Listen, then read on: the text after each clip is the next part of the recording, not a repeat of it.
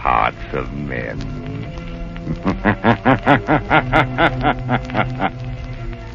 The shadow knows.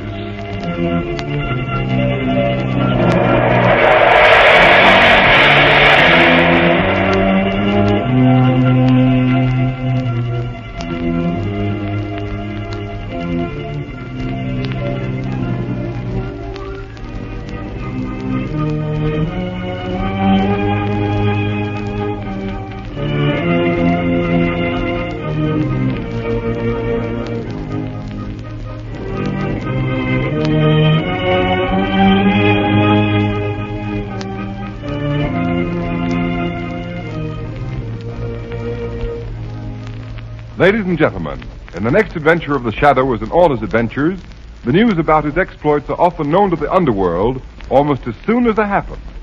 And I want to tell you that the news about the new Goodrich Silvertown tire is traveling like wildfire among motorists all over America. It's because this new Silvertown is so sensational in action and appearance, it's really a new kind of tire. You've never seen anything like it. It even looks different, for its tread is wider and flatter, and every inch of the tread is covered with row upon row of never-ending spiral bars. And those spiral bars do the same job on a wet, slippery road as your windshield wiper does to your windshield. They sweep the water right and left. They force the water out through the deep drainage groove. Thanks to that lifesaver tread, your tire actually has a drier, safer road surface for the rubber to grip. Just think, motorists. Here is a tread that's actually a road dryer. No wonder the new Silvertown will stop you quicker and protect you against the dangers of skidding as never before. And here's a sincere and friendly tip. Don't fail to see and drive on the new Goodrich Silvertown the very first chance you get. Get a free demonstration. Take it from me, you'll get the driving thrill of a lifetime. And remember, only the new Silvertown offers you two great life-saving features: Lifesaver Tread skid protection and the famous Golden Ply blowout protection at no extra cost.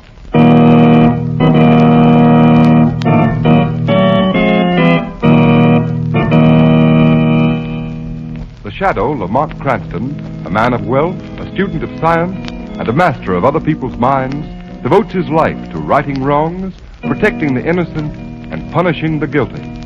Using advanced methods that may ultimately become available to all law enforcement agencies, Cranston is known to the underworld as the Shadow.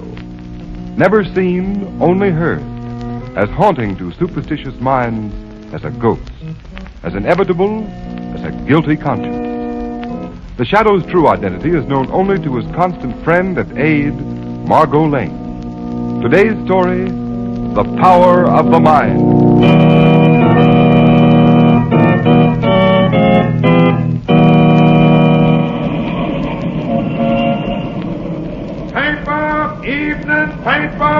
Paper, mister. Laboratory of famous chemist Rex. Discoverer of new mystery explosive missing. Paper. Ladies and gentlemen, here's a special radio flash on the mysterious disappearance of Professor John Hardy. He was last seen entering a black limousine and was accompanied by a heavy-set man wearing a Van Dyke beard and a tall, slender woman of foreign appearance. Secret Service agents are reported investigating the case due to the importance attached to the professor's reported discovery of a new type explosive, more powerful than any known to munition makers in any country in the world.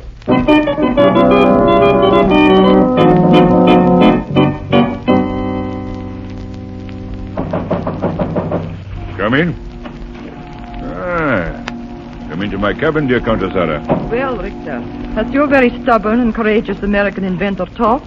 Given you the formula for that high explosive he so determined shall fall into no other hand save his own government? No, but he will. He can't stand much more of Ivan's treatment with the whip. Be careful. Too much torture can destroy the mind. And if Professor Hardy's mind snaps, you will never get the formula. Because we know for certain he has never written it down. I know. I have warned Ivan to be careful. Ivan's idea of care is to see how close he can come to whipping a man to death without actually doing so. Why do you keep that big brute as a bodyguard? He has the mind of a child. In our business of espionage, Countess Sarah, it is often useful to have servants who cannot think for themselves. Besides, Ivan is rather cunning in an animal sort of way. Stop! Listen. I can't stand anymore. I can't. Don't hit me again. Did you hear that? Success at last, my dear Countess. I think Professor Hardy is ready to give us the formula. No. Don't hit me. I'll tell you where I hid the gold. I found it, but I hid it. I found it at the end of the rainbow, and I hid it. I hid it, but I'll tell you. Richter, I warned you. His mind has snapped. Ivan, you fool! I told you to be careful. Give me that whip. I told you. I don't strike him hard. I don't. Oh, stop it. What good will it do you to beat Ivan? He doesn't even feel it. It's your fault. You should have watched him better. So you're telling me what to do, are you, Countess? It's about time someone did. You've certainly bungled this. Now how are you going to get the formula? The man's out of his mind. No amount of physical torture can make him tell us. I'll show you where I hid the gold. Take him back down to the hold of the ship, Ivan. I obey. Come, Professor. Come with me. It's at the end of the rainbow, the gold.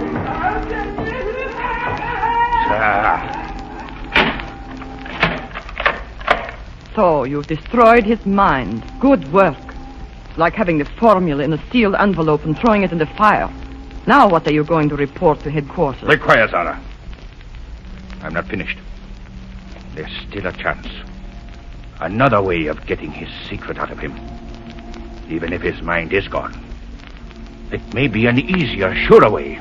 Oh, why didn't I think of it before? What are you talking about? How can there be any other way with his mind destroyed by days and days of Ivan's fiendish torture with the whip? Zara, it so happens that a fellow countryman of mine, Dr. Waldeck, one of the world's greatest psychiatrists, is in this country, right here in the city. And I suppose he'll gladly come down to the ship, the Star of Zealand, and get Professor Hardy's secret from him for you. No, not gladly, perhaps, my dear Countess. But he will come. Just wait and see.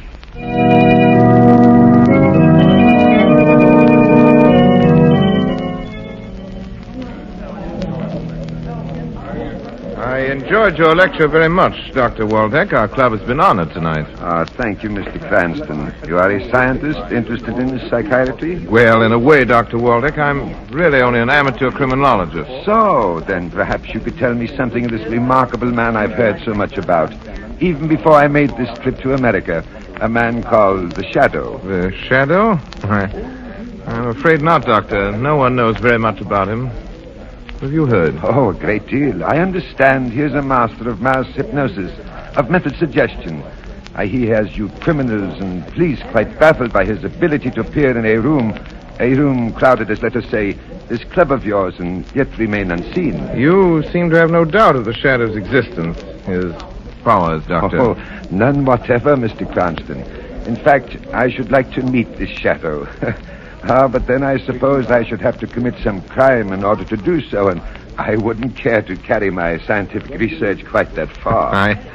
I think the Shadow would enjoy meeting you, Doctor. You have much in common. I think you would be profoundly interested in your work in psychic research, particularly in the field of mental telepathy. You know, it might be interesting if you and the Shadow could make a test of thought transmission with a purely mental telepathic method. It would indeed. This Shadow, from what I hear, he has little time for theory. He deals mainly in the harsh realities of criminal investigation. Yes, but the two pursuits are not as far removed from each other as some persons seem to think. Message for Dr. Waldeck. Dr. Waldeck. Right here, John. A message for you, Doctor. Here you are, Doctor. The gentleman and the lady are waiting outside in their car. Oh, thank you. Well, that's unusual. Most unusual. Is there any answer, Doctor? Answer? Yes. Say to the Countess I will come immediately. All right. I will do what I can. You will excuse me, Mr. Cranston. A countrywoman of mine is in need of help, and I must go at once. Perhaps we will meet again. Well, goodbye.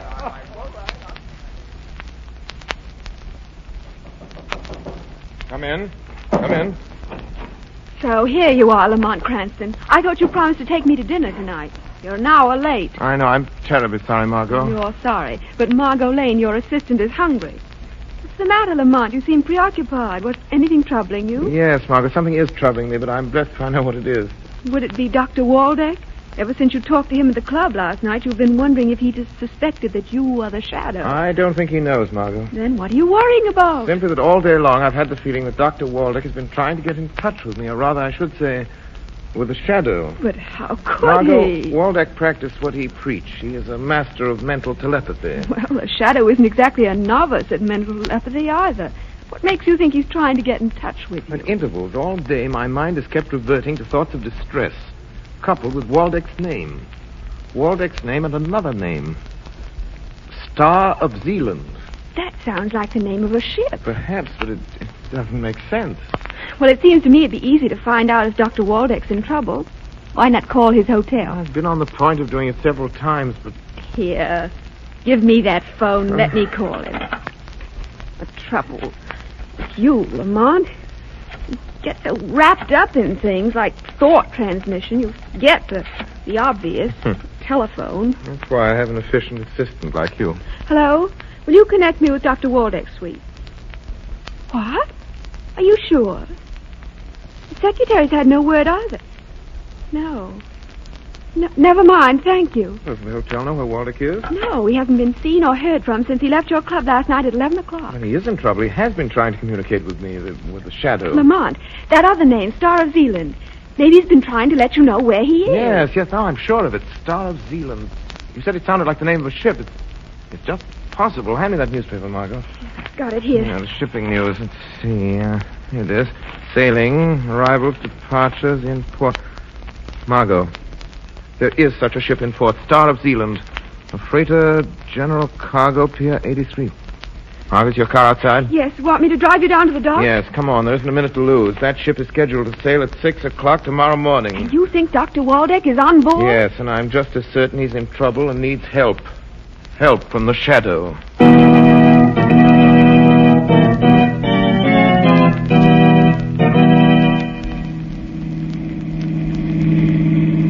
That must be the Star of Zealand over there, Lamont. Just a couple more blocks, Margot. Wouldn't it be better to let the police investigate? You have so little to go on. You can't even be sure there is anything wrong. If I can't convince you, Margot, what chance do you think I'd have of persuading the police to board a tramp steamer and search it for a man not even reported missing? But how on earth would you search a ship without help? It would take hours. It won't be necessary. I'll know if there's anything wrong if Waldeck's there. 5 minutes after I've walked on the gangplank. That I'm going aboard is the Shadow. We're nearly there. Slow down. Stop by the next pier. Right. I don't think you'd better wait, Margot. This is a tough section and it's late. All the more reason for my waiting. Don't worry about me, Lamont. I'll lock the car doors. And another thing, if you're not back in 15 No, minutes... Margot, I may need more time, but keep the shortwave radio tuned in our usual band. If you don't hear from me in half an hour, then go ahead and notify the police. All right, half an hour, but not a minute longer. I wish I knew what you were walking into, Lamont. I don't like this mental telepathy blind man's buff. Neither do I, Margot, but during the ride down here, I've had a stronger feeling than I did at first that Dr. Waldeck is in desperate need of help. Stay in the car, Margot. Lock the doors and sit tight until I come back. Or you hear from the Shadow.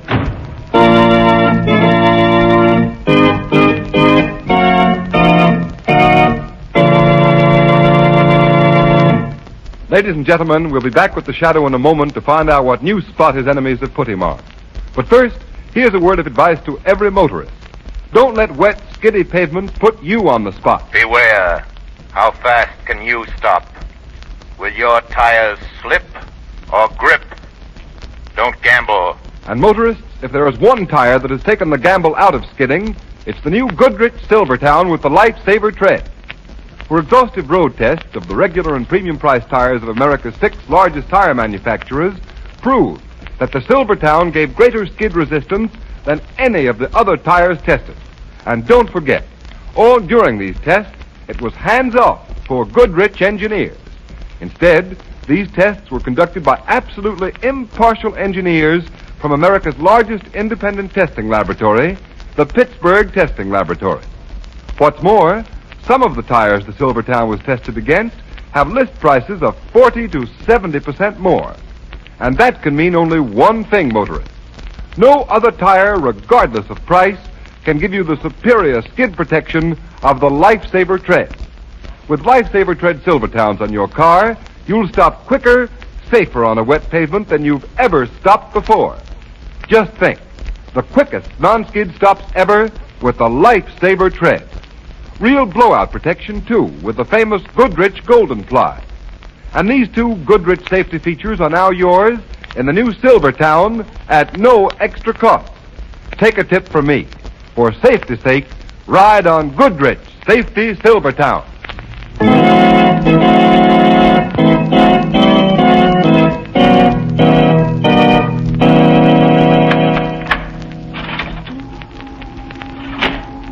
Well, my good Dr. Waldeck, what success have you had with our stubborn mental patient, eh? None, Richter. Come now, Doctor. You've been here on the Star of Zealand since last night. Not by my choice. I admit that. But surely you, one of the world's greatest psychiatrists, are not going to allow a deranged mind to stand between you and your chance of leaving this ship alive. It is impossible, I tell you. Only one thought dominates the mind of Professor Hardy. If you had not allowed your servant to unmercifully beat him, it would not be so difficult. I did not come down here to listen to excuses. I want that explosive formula from Professor Hardy. And I mean to get it. Now. Very well. He is there in the bunk, sleeping. Perhaps you could succeed where I have failed. You haven't failed. You haven't tried to penetrate his subconscious mind. But you're going to try. Evan, come here. Bring your whip. The whip failed you once, Richter. It will fail you again. You brought me here against my will. But neither you nor that brute and his whip can make me reveal the secret knowledge of that man's mind. A secret he sacrificed his reason to keep from you. We shall see if you have the same courage and determination as Professor Hardy. Evan. I am ready. Very well, Dr. Baldock. One last chance. Get Hardy out of that bunk. Question him. Use the method you so eloquently described at your lecture last night. The method used to penetrate the subconscious of amnesia victims. No, I refuse. The possession of Professor Hardy's formula, the formula of the most powerful explosive ever known, is vital to our country. Your country, Dr. Baldock. If you refuse, you are an enemy of your people. I am a man of science. My nationality was an accident of birth. You are a traitor. In your eyes, perhaps. Just as in mine, you are a common thief. Hold your tongue. They cheat. Do as you're told. And they coward. Evan, the whip. We'll see who is a coward. Yes. Mr. Richter, you didn't touch him. What's the matter with you? Why did you throw the whip away? Something touched me. Knocked the whip from my hand. You're crazy. You dropped it. Get it. No, I swear. Something knocked it from my hand. Pick up that whip, I say. Pick it up. But, Mr. Richter, the whip, it moves. It moves like a living thing, like a snake. Oh, that is it, Dr. Waldeck? Trying to save yourself by fogging Ivan's mind. Making him see by hypnotic trance. Whips move like snakes, sir. Well, I'll show you. I can use a whip, too. Stay where you are, Doctor. Or do you think you can stop me pulling the trigger of this gun? Your servant is not imagining things, Richter. He is not seeing things which have not happened. He is not hypnotized. Something knocked the whip from my hand. I swear. Did you hear that? Laughter, like the laughter of Satan. There's someone here. Still, you fool. You heard it too, you heard it. Yes, your master heard it. Ah, the shadow. You heard my appeal. You have come. The shadow. Then it is possible. Telepathic communication between two minds, far removed, without mutual concentration of thought. Yes, Dr. Waldeck, a theory is being proved, but a fact remains. Is this another of your psychic tricks, Doctor? Richter, surely your activities in espionage have brought you in contact with those who have warned you against the Shadow. The Shadow? So you are the Shadow? Waldeck got word to you, did he? Yes, but in a manner beyond your comprehension. Hey, man, get out quick. Close the iron door. Don't open it again until I order it. Yes, I obey. Your gun is trembling, Richter. Dr. Waldeck was right. You are a coward. At least I don't hide in shadows. So, you've come to save Dr. Waldeck, eh? I came here in answer to his call for help, but now that I am here... Now that you're here, Shadow, you will remain. You have walked into a trap that will hold you until I am ready to deal with you in my own way. You and Waldeck and Professor Hardy there. You, Shadow, may even be useful in the event that the good doctor fails me. Hello? Hello? Captain, Victor speaking. Yes, sir. Order your crew to the post. Cut off. We sail at once. But it is not 6 o'clock, sir. Obey my orders. We sail at once. Yes, sir. As you command. There. Ivan, open the door. Don't waste your time in trying to get out of this hole here. Even you cannot walk through steel doors, Shadow. In a few hours, we will be at sea, and you'll be beyond help.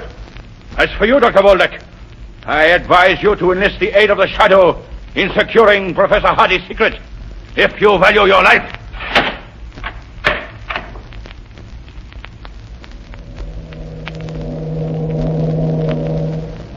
Yes? Come in. We are getting underway, Mr. Richter. Are there any further orders? Yes, Captain. As soon as we are at sea, I want half a dozen of your best men. Arm them with rifles and revolvers. Have them report here to me. Yes, sir.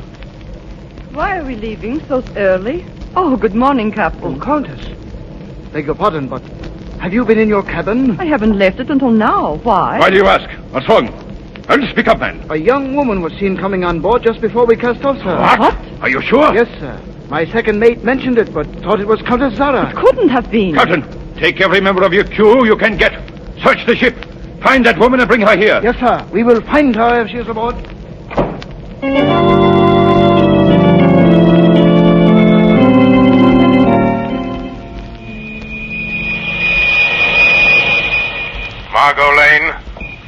Margot Lane. Notify police and Coast Guard. Notify police and Coast Guard. Professor John Hardy and Dr. Waldeck, prisoners in hold of Star of Zealand. Aboard Star of Zealand, proceeding to sea. Proceeding to sea. Repeat message. Margot Lane. Repeat message. Margot, repeat. Why don't you answer? Why don't you answer? Was that you talking, Shadow? Yes. I was calling my assistant for help on my portable radio, but something's wrong. I can't get an answer. I am profoundly sorry for the situation in which we find ourselves. Had I been able to communicate to you the exact nature of my difficulties, you would have been prepared. I am prepared, Doctor. This ship will never pass beyond the 3-mile limit. It will be stopped search. But how? I'm going to use this radio again. Star of Zealand calling the Coast Guard. Star of Zealand calling the Coast Guard. Go ahead, Star of Zealand. Go ahead. Professor John Hardy, missing scientist, wanted by the Secret Service, prisoner spying aboard Star of Zealand. Proceeding down bay, stop and search. Stop and search, prepared for armed resistance. That is all. Okay, Star of Zealand. A Coast Guard cutter will investigate immediately. You are indeed prepared, Shadow. But do not underestimate the cunning of Richter. At the first sign of danger, he will attempt to dispose of Professor Hardy and myself and you. We must be prepared for that. Is Professor Hardy's mind completely gone? No. For the past 24 hours, I have been treating him, have induced hypnotic sleep. He should be nearly rational now. Then awaken him. There's no time to lose. Very well. Professor Hardy. Come, Professor Hardy. It is time to waken. It is time to waken, Professor Hardy. Margot, why did you leave the car aboard the ship? I called you but received no reply. When the ship sailed ahead of schedule, I was sure something gone wrong. Someone must have seen me coming aboard. They're searching the ship. You're a godsend, Margot, but you mustn't be found on the ship. A Coast Guard cutter's on the way. You've got to get off before they arrive. Don't worry about me. We're passing down the channel. It's only a couple of 100 yards to shore. Oh, why, Dr. Waldeck is here. He was aboard. But who's that other man? Professor John Hardy. But quick, Margot, get off the ship. You've done more than enough just opening the steel door. All right, Shadow. Don't worry, I can swim 10 times that distance. There's a cargo door open on the port side. Dive far out, Margot. And Margot, be careful of the suction of the propellers. Good luck. Come, Professor Hardy. Come, Professor Hardy. Thank you. Thank you, Doctor. But, what has happened? Where is this Richter? We are still on the ship, but help is coming. He is very weak, Shadow. Shadow! The door, it is open, but how? Don't stop until you find the door. All right, you must come with me. The door, it is open. They have escaped. Doctor, get back behind the door, out of sight. Hey, that girl, she opened it. But they can't get off the ship. They can't be far from here. Maybe they hide. Maybe. Ivan, you fool! Why did you close the door? Well, I did not touch it. Now, Richter, it's you who have walked into a trap. So, you didn't have time to get away, Shadow? Mr. Richter, the doctor, the professor, they are here. Yes, so. You like to have what you Americans call the showdown. Very well, you shall have it. After I communicate with my captain. Captain! Captain! Yes, sir. Quick! Your men who are searching the ship, send them to this hold at once. Immediately, sir. And now, Shadow, we shall deal with you. Ivan, watch the good doctor and the professor. Their turn will come when we have finished with this Shadow once and for all. You are too late, Richter. Listen. Yeah. So, the river police. Well, let them come. Before they can board us, there will be no trace of any of you. Perhaps your captain is not so sure. He's calling you over the speaking tube. Yeah? Hello. Coast Guard cutter off our port bow, sir. She has readied us to halt for search. Order full speed ahead and get your men down here. But Quick! we are not beyond the 3-mile limit. Carry out my orders. Full speed ahead. Yes, sir. Desperate measures, but they will fail, Richter. They will fail. That was a blank, a warning. Your captain is being sensible. He stopped the engines. Let them come. Let them search the ship. They'll find nothing. Nothing. Because I'm going to shoot you.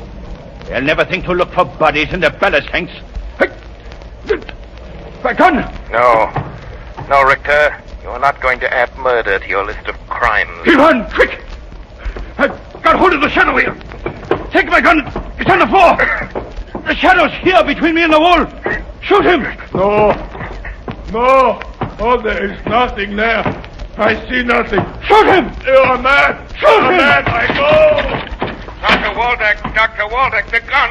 Pick it up. Yeah. Put up your hands, Richter. No, you don't. You'll never turn me over to the police. Sorry I had to hit Richter so hard, Dr. Waldeck. The Coast Guard won't meet much resistance when they arrest him. You're a witness to what has happened here.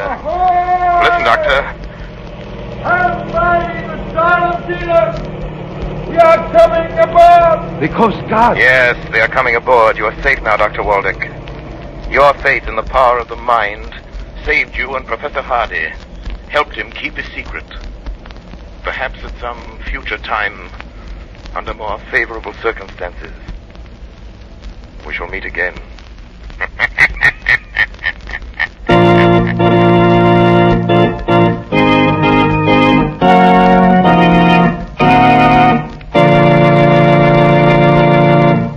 You have been listening to a dramatized version of one of the many copyrighted stories which appear in the Shadow magazine.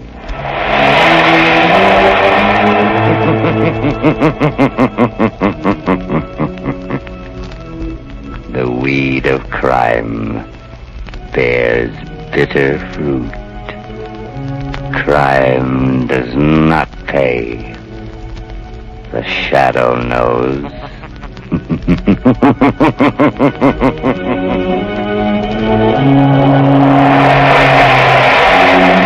All the characters and all the places named are fictitious.